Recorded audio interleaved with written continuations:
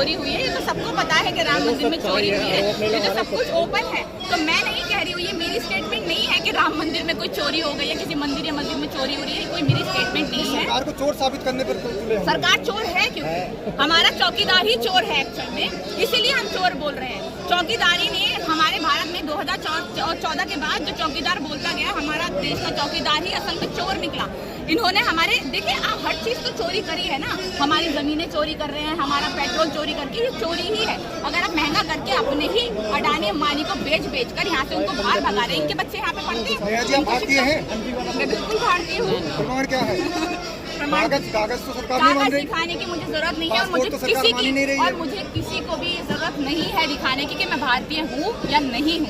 आज मैं इस प्रोटेस्ट में खड़ी हूँ उन बच्चों के लिए जो भारतीय थे, जिन्होंने अपनी जान गंवा दी, उनके लिए हम खड़े हैं, तो हम भारतीय हैं। अगर आप गांधी को गाली बक रहे हैं तो आप देशद्रोही हैं, पर आप गांधी के आदर्शों में चल रहे हैं तो आप देशभक्त हैं। तो अगर मुझसे कोई पूछे कि भैया जय श्री राम बोल या फिर इसका नारा दे, तब तू भारतीय होगा, तुम कुछ भी कर लो, हम नहीं बोलेंगे। तुम कुछ भी कर लो, क्योंकि ये आपके पापा का देश नहीं है। श्री राम से दिक्कत क्या है? मेरे को तो दिक्कत ही नहीं है, पर अगर आप बोलेंगे जबरदस्ती मैं बोलूँ तो मैं नहीं बोलूंगी। मेरी मर्जी, मैं जय भीम बोलूँ, मेरी मर्जी मैं कुछ भी बोलूँ, ये मेरा संविधान मुझे अधिकार देता है। ये कोई गली का चलता हुआ इंसान मुझे आकर ये बात नहीं बोलेगा। जिसको हमने ही गद्दी पे बैठाया वो इंसान आकर नहीं बोलेगा मुझसे, या खाना नीली गली में ये नहीं बोलूंगी कि पहले तो जय श्री राम बोल, तेरे को खाना मिलेगा, ठीक है ना। तो ये कोई भी, ये हमारा संविधानिक अधिकार है कि हम जय भीम बोले, जय श्री राम बोले या अल्लाह अकबर बोले, कुछ भी बोले। और मैं जय भीम बोलती हूँ, बहुत खुशी से बोलती हूँ, बहुत प्राउडली बोलती हूँ, क्योंकि हमारे बाबा साहेब के जो संविधान ने हमें बोलने की, चलने की, फिरने की, हर चीज की आजादी दी, उसी की वजह से आज हम यहाँ पर हैं। तो मैं किसी के बोलने से बिल्कुल नहीं बोलूंगी।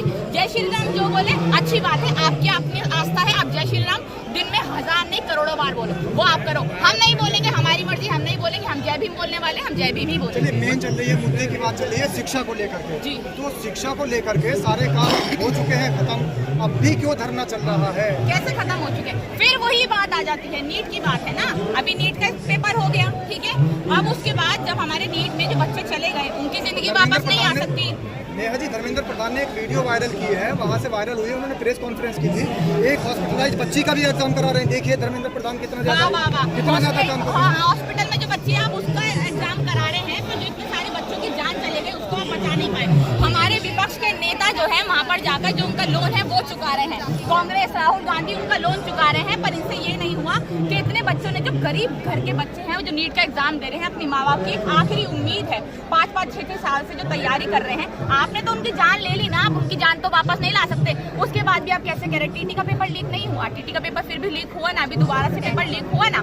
तो ये आगे आने वाले टाइम में चलता रहेगा। और जब तक इस्तीफे का चलन, जैसे इन्होंने बोला राजनाथ सिंह ने कि इस्तीफे का चलन हमारे भारत में नहीं है, बीजेपी में नहीं है, भाजपा में नहीं है, अगर इसी तरीके से हमारी बात चलती रही तो आने वाले टाइम में न जाने कितने बच्चे सुसाइड करेंगे, कितने बच्चों का मर्डर होगा हमारी सरकार द्वारा, कितने भारत में बुरे हालात होंगे। इस्तीफा कभी नहीं देंगे। देखिए ये हमारे नौकर हैं। सबसे पहली बात, जैसे हम किसी कंपनी में नौकरी करने जाते हैं, हम एग्जाम देते हैं, नौकरी करते हैं, बट वो अगर नौकरी में सही साबित नहीं होता तो उसको नौकरी से हटना पड़ता है। पुलिस प्रशासन हो या हमारी कानून व्यवस्था हो या हमारे टीचर्स हो, किसी भी आप हॉस्पिटल में डॉक्टर्स देखें, अगर वो ठीक से अपना काम नहीं करेगा वो सस्पेंड होगा, रस्टिकेट होगा। ऐसे ही भारत के सारे नेता हमारे नौकर है, हम उनको चुनकर लाते हैं, हम उनको वोट देते हैं, अगर वो सही काम नहीं करेंगे तो हमारा